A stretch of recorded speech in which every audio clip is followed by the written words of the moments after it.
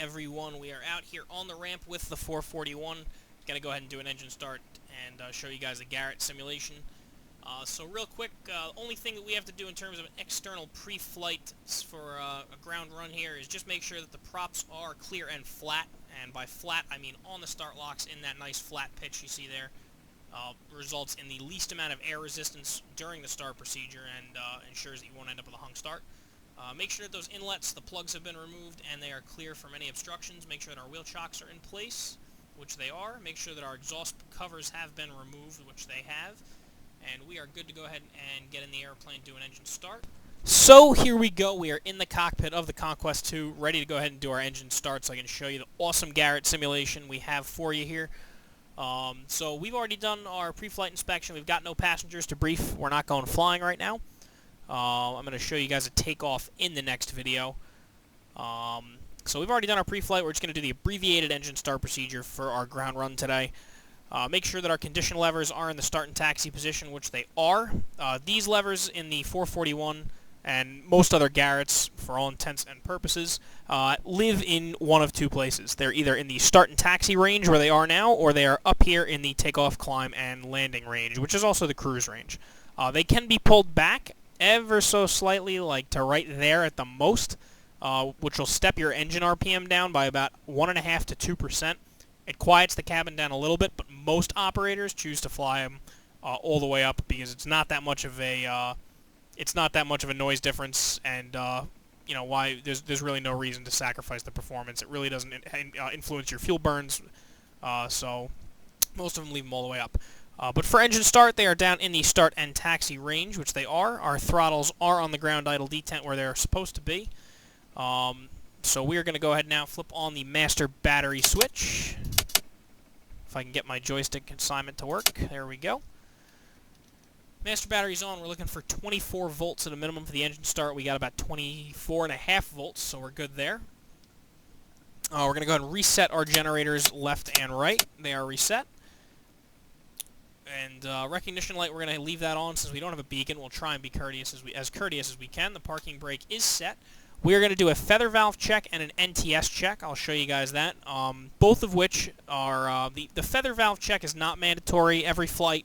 I honestly cannot remember the interval that you're supposed to do a feather valve check at, but we simulated it anyway. An NTS check is a required test for every first start of the day. So subsequent starts on multiple legs, you don't have to do it, but it is mandated by the AFM for the first start of the day. It's performed very simply. We'll do the NTS check. I'll show you how we're going to do that first. I'll explain it so you can watch it as we start the engine because it has to be performed during the start procedure or while the engine is starting. So the NTS check is very simple. This is the unfeathering switch here in the middle of the start buttons. And what you're going to do is you're going to move that over to the left. We start the left engine first on a Conquest, unlike most other turboprops, solely because it is shorter in cable length to the battery. The battery on almost all 400 series Cessnas is located in the left wing root, close to the fuselage. So it's much closer to the left engine than it is to the right, and we start the left engine first for that reason. You get better amperage. It's especially important when it's cold out. So this is realistically, in real life, this would be a momentary contact switch. It'd be spring-loaded. We decided to make it a toggle just to make your life easier. So with it over in the left position, we come up to the annunciator panel, and you'll see here that this light that says left NTS check has illuminated, unlike the other one, the right NTS check light, which is not illuminated. In the middle position, both those lights would be out. So this light has come on. During the start, you would normally hold that unfeather switch all the way over to that left engine during the start procedure, and you're going to monitor this light along with your EGT and everything else you got to be looking out for. And the rule of thumb is when you press the start button, the moment you press the start button, that light should go out. Around 20%, the light should come back on. If it doesn't come back on, or if it comes on long after 20%, the NTS check has failed, and it is a no-go item. It has to be functioning before you can fly the airplane. Doesn't matter if you've got paying passengers in the airplane. You cannot do the trip, especially if you've got paying passengers in the airplane. You can't do the trip, even Part 91, without an NTS system functioning on both engines. So with that said, we will do our NTS check on startup. The other thing we're going to do really quick is a feather valve check, which coincidentally you also use that NTS check light for. And the way that you do that is you move that switch over to the engine that you want to do the feather valve check on, so we'll do the left one, and you take this condition lever and you pull it down into emergency shutoff. And when you do that, that NTS light should go out, which it did, and the left fuel shutoff light should come on, which it did. So move that back up. Very good, and now we will do our right feather valve check. Okay, so we have an NTS light on the right engine. We'll go ahead and pull the condition lever down into the emergency shutoff range. Very good. Fuel shutoff light comes on. NTS check light goes out. Feather valve check passed. So now what we're actually going to do is start the engine. We'll do the NTS check. So I'll move that back over to the left.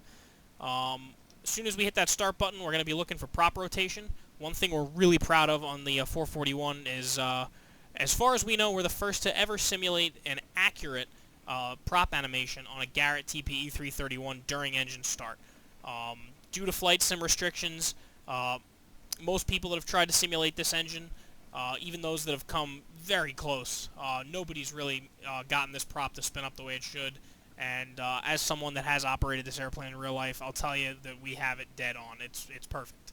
So with that said, I'm going to be happy to show you this animation. We're going to be looking initially at that NTS check light to make sure that goes out. And as soon as we do that, we're going to be looking out the window, making sure we got good prop rotation on the left side. And then we'll be coming back over here to monitor our engine instruments and that NTS check light. So here we go. We're going to go ahead and start on the left. We are clear, flat, and open. NTS check light is out. We have good rotation on the left engine. Coming back over here. 20% NTS check light's back on. The NTS check has passed. We're looking at 1% per second for our engine acceleration.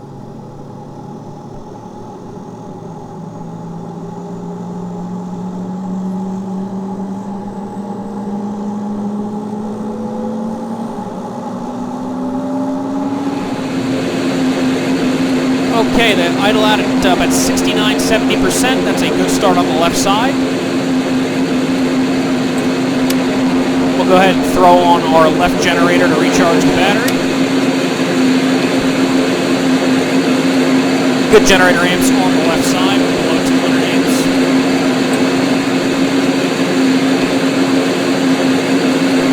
And now we'll go ahead and turn off that generator. And we'll go ahead and start the right engine.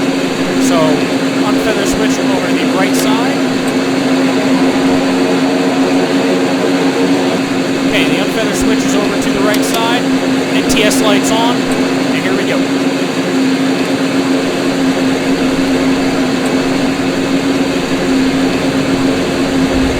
The NTS check light has come back on. NTS check has passed. Watching our acceleration.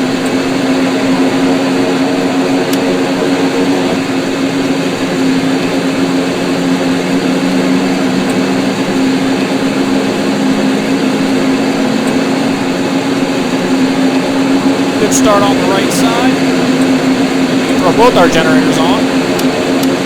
Generators are on. We'll go ahead and throw our fuel boosters up to the main position. Gyro inverter, avionics bus.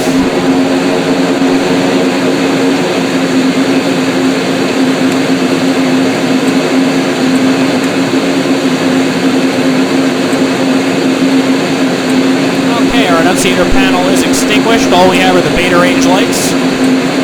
Very good. That's just telling us that propellers are in the beta range. You'll get those anytime you're in ground idle or reverse. We'll go ahead and test our annunciator panel. That passes. We'll go ahead and set our cabin pressurization selector over to the ground position and verify that we have a red bleed air ground light, which we do. Pressurization doesn't need to be set because we're not going flying. Everything's looking good here.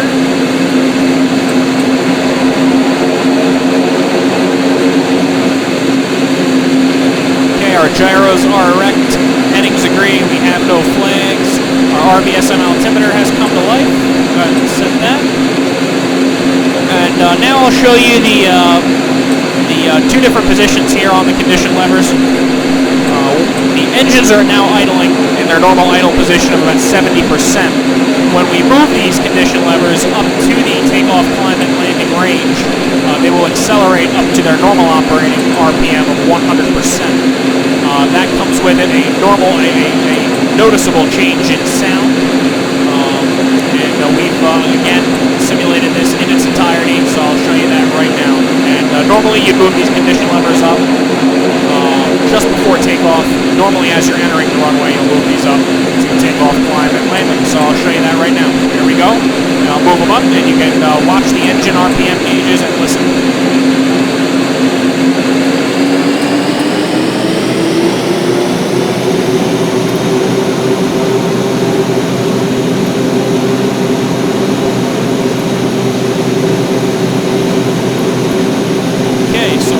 Up at 100%, where they'll spend almost the entire trip.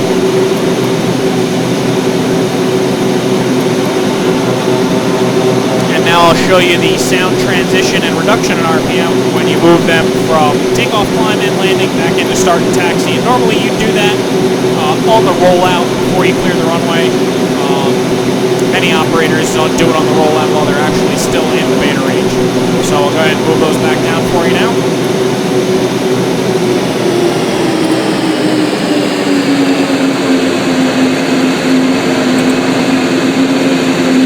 Engines come back down to their normal idling of 70%. And that pretty much completes our ground run right now, so our pressurization selector can come back to off. And we'll go ahead, avionics bus will come off, gyro inverter off, fuel boost back to off, generators off. And listen on the engine shutdown for the EPA purge. The Garretts have a system whereby when you press the stop button, the first thing it does as part of the shutdown procedure, the automatic shutdown, is it burns off any remaining fuel that is in the burner can. It ignites it, burns it all off, which results in prolonged engine life. And the signature sound that comes with that EPA purge is a noticeable but very momentary and very quick increase in RPM. You will hear it, but just like the real airplane, you will not see it on the RPM gauge. So here we go. Left engine shut down. Into reverse for the start locks. And there you have it. We have shut down on both engines. Props are spooling down, just as they should at the proper rates for the Garrett TPE-331. Like I said, very, very happy with that prop animation. That came out great. Battery switch off, and that completes our ground run for the 441 Conquest. So I hope you like what we've done as far as a Garrett simulation goes. We think it is hands down one of the best Garrett simulations out there. And we can't wait to take care of some of the finishing touches on the airplanes, a couple little miscellaneous things that need to be taken care of, and she'll be out there for all of you to enjoy. So until next time when I do the takeoff video, Joe with Flysimware, and thanks for watching, everybody. Fly safe.